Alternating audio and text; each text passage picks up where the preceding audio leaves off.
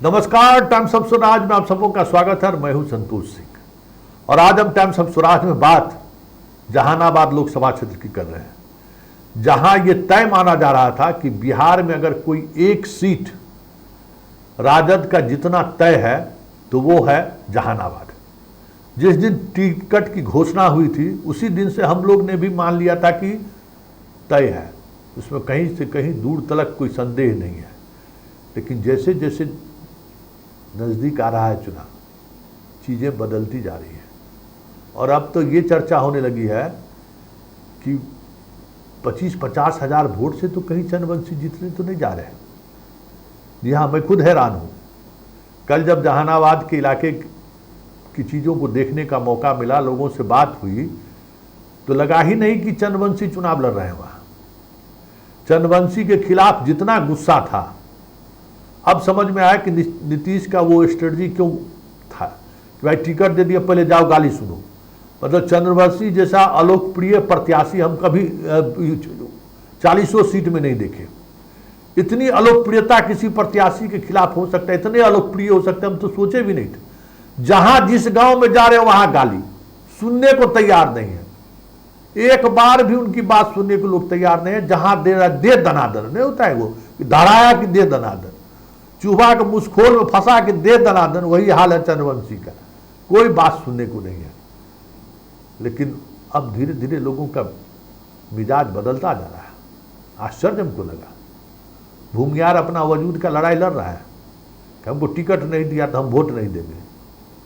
तो नीतीश कुमार जो है वहाँ एलकेएम के एमडी को उतार दिए और कम से कम 50 हज़ार जहानाबाद का भूमियार तो उनके कंपनी में नौकरी कर ही रहा है।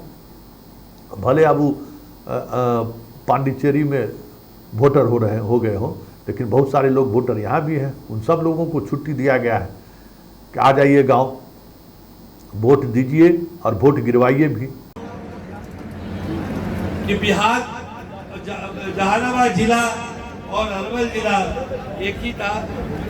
अरवल जिला और बिहार मिला के 45,000 लोगों को रिश्तों में नौकरी दिया मैं, नौजवान लोगों को।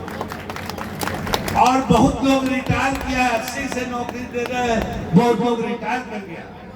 वो रिटायर करके उसका परिवार और बच्चे आज पढ़ रहे हैं, नौकरी कर रहे हैं, अच्छे जगह डिग्री के लेकर।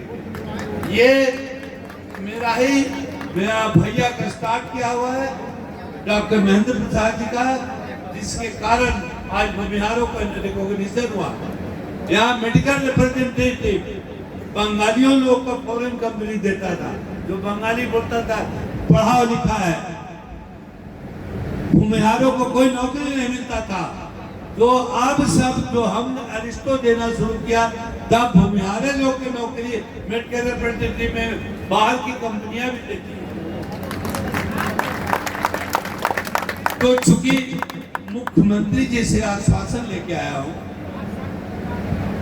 और आप अपने खून हैं, रहनुमा है, उस नाते मैं बोल रहा हूं कि हे ब्रह्मर्षि, तुम खड़ा हो पैर पर और बुद्धि से काम करो और आप चंद्रवंशी जी के वोट दीजिए। यदि को आने वाला दिन में कोई भी कष्ट होगा, कोई भी विकास होगा, मैं करूंगा।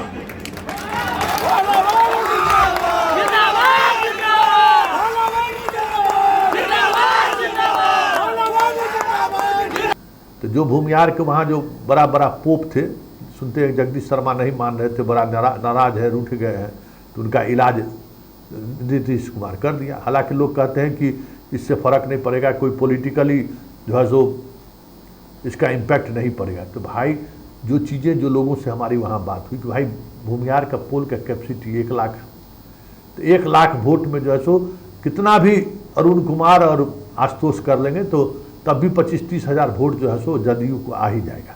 ज़्यादा वोट आएगा लेकिन आ ही जाएगा। लेकिन अदर्स जितना जात है, उस जात का वोट अब धीरे धीरे चंद्रवंशी को लेकर गोलबंद होना शुरू हो गया और गोलबंदी बड़ी तेजी से हो रही है।